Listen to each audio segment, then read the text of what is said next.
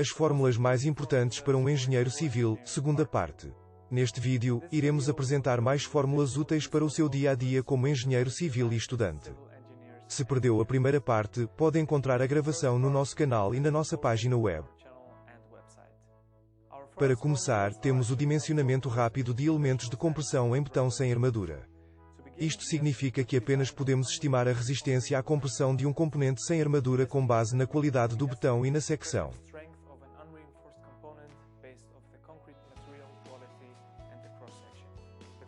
A qualidade do betão é composta pelas letras iniciais e por dois números. As letras definem o tipo de betão e os dois números representam a resistência à compressão característica.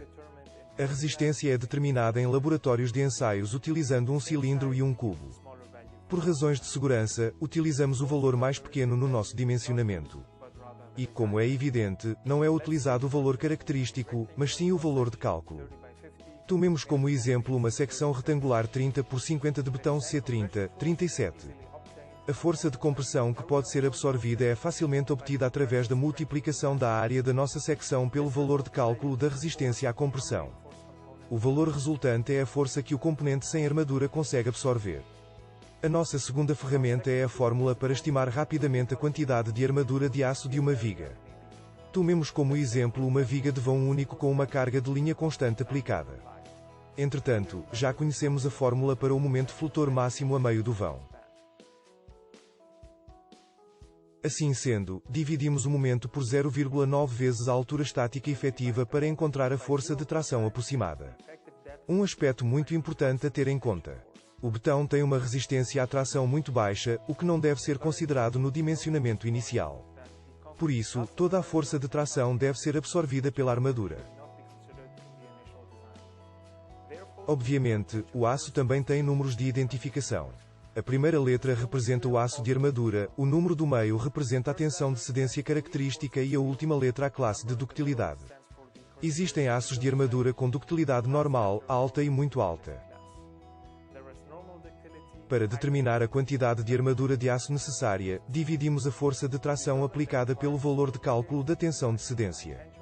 Para determinar posteriormente a quantidade de aço em centímetros quadrados, também é necessário converter a tensão de cedência em quilonewtons por centímetro quadrado. Por fim, podemos descobrir o número e o diâmetro exatos das barras de tração através do cálculo e da visualização da tabela.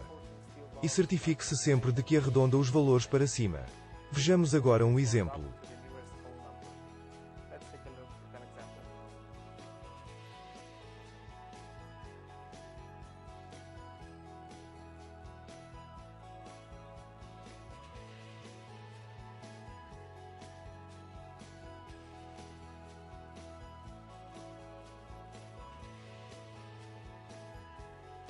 A nossa terceira fórmula é o cálculo do centro de gravidade. Independentemente de se tratar de mecânica clássica, análise estrutural ou até mesmo de engenharia mecânica, é sempre útil saber como calcular o centro de gravidade de uma secção complexa ou composta. Deve ter em atenção o seguinte. É necessário ter sempre um sistema de coordenadas de referência para determinar as coordenadas do centro de gravidade através da fórmula. A área da secção deve ser dividida em formas simples para encontrar as coordenadas dos respectivos centros de gravidade. Iremos designá-los de centros de gravidade parciais e vamos tomar uma secção em forma de L como exemplo. Para determinar o seu centro de gravidade, primeiro dividimos a forma em dois retângulos e calculamos as áreas e os centros de gravidade parciais correspondentes. As coordenadas do centro de gravidade da secção em forma de L resultam da seguinte fórmula. Estas são a soma das respectivas áreas parciais multiplicadas pela distância dos centros de gravidade parciais da origem do sistema de coordenadas de referência, a dividir pela área total da secção. No último vídeo, vimos o momento de inércia de uma secção retangular simétrica. No entanto, as estruturas de aço muitas vezes têm secções mais complexas, tais como perfis em e soldados.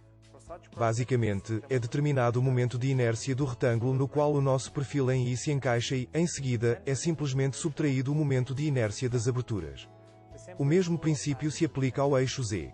No caso de diferentes espessuras ou larguras de banzo, estas são frequentemente omitidas para uma estimativa rápida e apenas consideradas para os componentes de Steiner. O módulo de secção elástico para estas secções pode ser calculado utilizando o mesmo princípio para o retângulo clássico. As nossas últimas fórmulas são verificações rápidas para determinar a resistência da secção sujeita à flexão. Consideremos o exemplo de uma viga de vão único com uma carga de barra constante aplicada. Agora, resta-nos verificar se a viga consegue resistir ao momento flutor máximo. De acordo com a teoria da elasticidade, primeiro é necessário calcular o momento de inércia e o módulo de secção elástico em torno do eixo Y. O próximo passo é dividir o momento flutor pelo módulo de secção para determinar a tensão aplicada. Podemos encontrar facilmente a tensão de cedência a partir da descrição do aço. O aço S235, por exemplo, inclui a tensão de cedência característica de 23,5 kN por cm². Temos que aumentar este valor pelo respectivo coeficiente de segurança parcial para obter o valor de cálculo.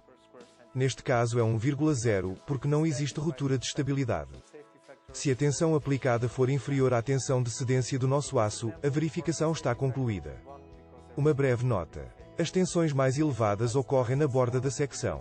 Uma opção mais rápida é a verificação elástico-elástico. Para determinar a capacidade de absorção máxima do momento flutor elástico da nossa viga, temos de multiplicar o módulo de secção elástico pela tensão de cedência. A verificação está concluída quando o momento flutor aplicado for inferior à capacidade de absorção máxima do momento flutor elástico. Aqui é possível observar que as duas verificações fornecem resultados idênticos. Por fim, vamos olhar ainda para a verificação elástico-plástico. Para isso, precisamos do módulo de secção elástico em torno do eixo Y. Esta é a soma das áreas parciais da secção multiplicada pela distância do respectivo centro de gravidade ao eixo neutro. Para determinar a capacidade de absorção máxima do momento flutor plástico da nossa secção, temos de multiplicar o módulo de secção plástico pela tensão de cedência. Mais uma vez, este valor tem de ser inferior ao valor aplicado para a verificação poder realizar-se.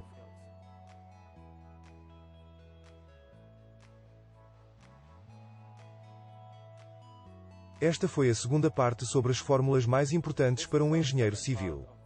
Se houver algum tema que gostaria de ver tratado num futuro vídeo de aprendizagem, escreva nos comentários. Esperamos que tenham gostado do vídeo. Até à próxima!